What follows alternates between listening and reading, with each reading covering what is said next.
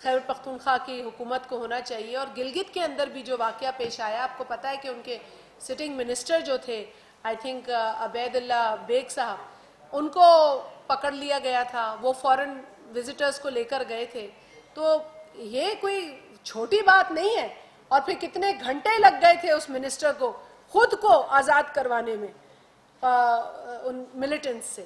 تو کہنے کا مقصد یہ ہے کہ یہ ہم کوئی تنقید اس لیے نہیں کرتے کہ وہاں جو حکومت ہے یا جس جماعت کی حکومت ہے وہ ہماری جماعت کے یا اس حکومت کے خلاف, لیکن یہ پاکستان کے لیے بہت بری خبر ہے کہ پاکستان کا سٹنگ منسٹر جو ہے وہ یرغمال ہو جائے اور اس کے بعد اس کو چھڑوانے کے لیے کوششیں کرنی پڑے.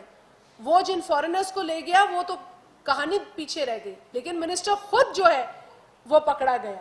تو یہ پرسیپشن وائز بری خبر ہے اور پاکستان کی سیکیورٹی کے لیے بری خبر ہے.